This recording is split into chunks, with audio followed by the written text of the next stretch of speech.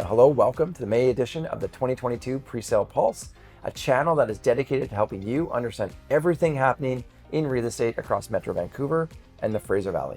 Now, I'm Ryan Lalonde. And I'm Brittany Reimer. And if you are new to the channel, this edition of the Pre-sale Pulse is all about recapping both the resale and the pre-sale marketplace over the past 30 days in the Fraser Valley. Our goal is to ensure all of our subscribers feel like they have their fingers on the pulse and becoming real estate intelligent. This time of the year is usually bustling with activity. At Fraser Valley, sales dipped below the 10-year average for the first time in nearly 2 years.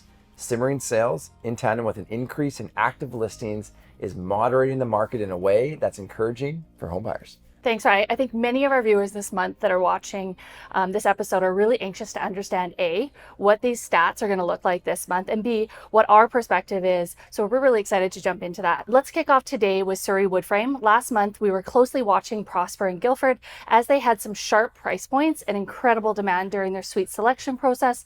They have now sold out entirely, blending at about $800 for price per square foot. We will also be really closely watching Hartley by Port Homes in Surrey City Centre and Silva by Wanson Group in Delta, the former which is beginning previews in the next 2 weeks and plans to start writing in June. Now on the concrete side in Surrey, Anthem has begun their ad campaigns for Georgetown 2, which seems to be targeting a younger, more stylish demographic. It's bringing 255 studio to 2-bedroom units into the marketplace. Would you be considered more of the younger, stylish demographic, do you think? I have an opinion on this, but what's your opinion? I'd propose maybe wise and stylish. Yes. So nice. It's so nice working with Brittany. So District Northwest began sales on its North Tower at the beginning of the month, and we've heard nothing but a great turnout. The first tower sold out at just under $1,000 per square foot, and elevated prices on the new tower appears to be pushing the overall blend somewhere north of $1,050. Our expectation is somewhere between $1,065 and $1,075. And Ryan, it's hard not to talk about all the incredible activity we're seeing in Surrey City Centre and not talk about Pura by Adara. We're already having a lot of interest for the project, and it's for good reason. It's certainly located right in the best spot in Surrey, in downtown Surrey. It will be the first Smartwood building in this market, and it is backed by a developer with over 50 years experience in the business. Be sure to click the links below and to make sure you have first access to this incredible offering. Oh, so important, right? So far, interest is strong. We have a limited number of incredible homes. Make sure that you click that registration now. We're going to kick things off with a few exciting developments in Surrey that are coming up. This is going to start with Century City by Century Group. Now, this is the first tower in Century Group's upcoming master plan community. Now, the first tower is going to feature 409 units that were expected to launch to sales sometime this month. So located on 98th Avenue by King George Boulevard, Century City backs right off of Holland Park, giving gorgeous views of the greenery. And when completed, the community will offer over 40,000 square feet of amenities with a food hall and retail on site. So this means that residences will be able to a few seconds walk from the greenery, shopping center, the King George SkyTrain station, truly as central as it gets. The project has received a ton of attention. All of the appointment slots were fully booked out within the first 30 minutes of going live.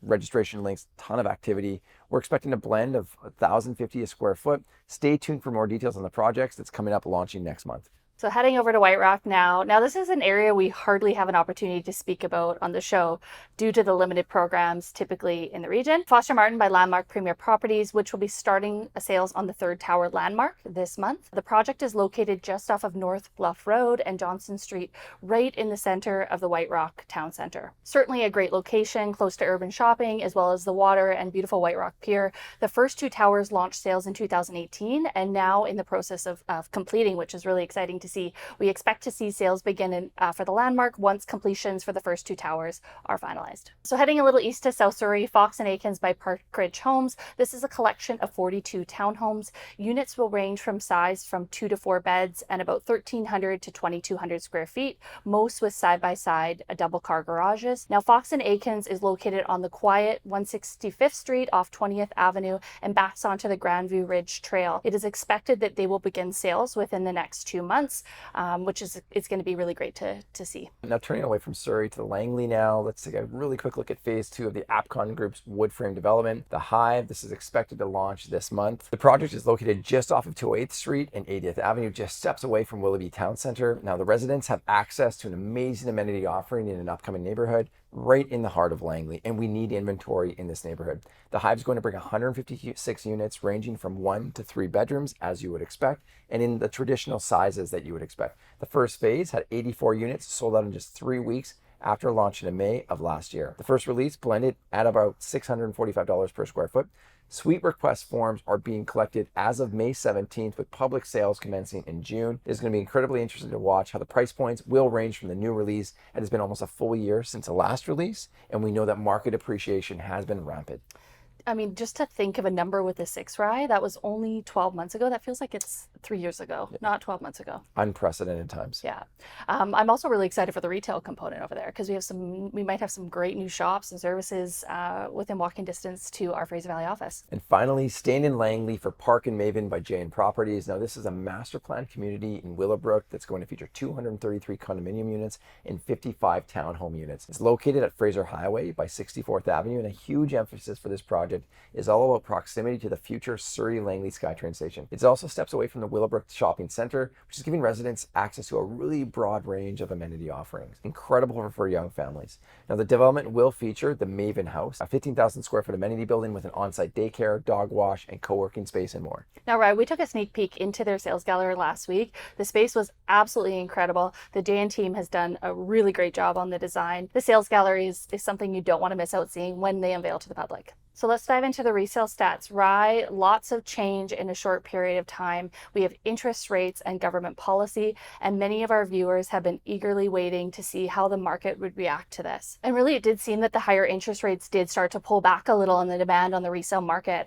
There's no sign of that slowing, as the BOC said that the economy is moving into excess demand and that inflation is persisting well above targeted, signaling another 50-point basis increase, which is likely to occur at the next meeting, which is already scheduled for June 1st. So the Fraser Valley Board reported approximately 1,600 sales in April. Now that's a 35% decrease from the previous month in what is typically a really busy time of the year. But let's not forget, this is still the 6th highest April in the past 10 years, meaning that it has fallen only just under the 10-year average, despite the rate increases and governmental increases in policy. This has to be giving some breathing room to buyers who have been dealing with the red hot activity up till now. We know that inventory and access to it has been one of the biggest challenges that our home buyers are facing. This is coming at a very important time in the market cycle. And on the supply side, April saw about 3,600 new listings, which is down 28% from a year ago and down 21% from a month ago. The dip in new listings was compensated by the reduction in sales, which meant that the active month-end inventory in April was actually up 15% from March, giving buyers slightly larger selection to choose from. As you mentioned, much needed relief in the market. It'll be critical to watch in the coming months to see if those trends, really continue, or if this is temporary reaction to the market uncertainty. One factor to consider is that rates continue to rise. Many home buyers in the next few months are going to start to act on the advantageous rates that they already have secured before the end of the rate hold period. This is a very important consideration that we're paying attention to. This is likely going to land with increased buyer demand in the short term, but we expect those numbers to fall back off as we move through the summer months. So speaking of prices, let's take a look at what all of these changes have meant for prices. Well, the Fraser Valley did continue its streak of consecutive monthly gains since May 2020, although at a more moderate pace this month. The HPI benchmark price climbed to its current all-time high of 1.384, a 0.8% increase from the previous month. Breaking it down on product type, townhouse and condo products saw 1% and 1.8% per month increase respectively, while detached homes pricing was essentially even. There were no increases, and this is something that I think we had predicted and it felt like was going to happen this month. Very similar to what we also saw throughout Metro Vancouver. It wasn't all that long ago, though, 60 days ago, where we're sitting here speaking about some of the near doubling digits in pricing gains. So stability and some relief for homebuyers is surely welcome. So at the beginning of the episode, we talked about what we could expect or what we think is going to happen over the next few months. So we're seeing a lot of activity still in the Fraser Valley markets, such as the Township of Langley and Surrey City Centre. They continue to be a hotbed of activity on the pre-sale sector. All programs are noting strong demand on registrations for programs. That said, the townhouse market, on the other hand, has seen a bit of a softening, right? More inventory coming to market as buyers look to A, either get quickly into a home to capitalize on the current low rates, or B, they're looking for a longer completion date, say 2 to 3 years out, to give some breathing room room for that rate and policy landscape to really start to settle.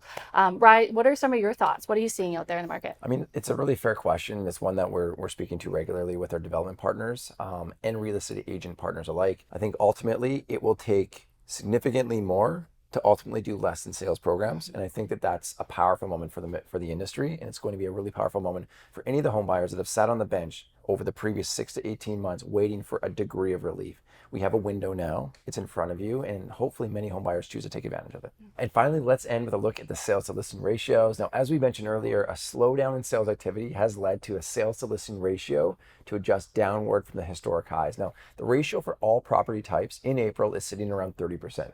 And we're going to continue to remind viewers that while things have slowed, anything above 20% is still considered an active seller's market. Condominium product continues to be the hottest selling product throughout both Metro Vancouver and the Fraser Valley, with the sales to listing ratio in the Fraser Valley still in the high 50s. Those are really, really big numbers. I think it's something that we're going to continue to follow closely. I know it's something that you're keeping an eye on, Brittany. Absolutely, yeah. We've been checking in on those ratios on a week-to-week basis, and certainly feels like there's a lot of stability still in the marketplace, which would be great as we wrap up the spring market here. Well, Britt, I believe that that's a wrap of the May edition of the Pre-sale Pulse Fraser Valley edition.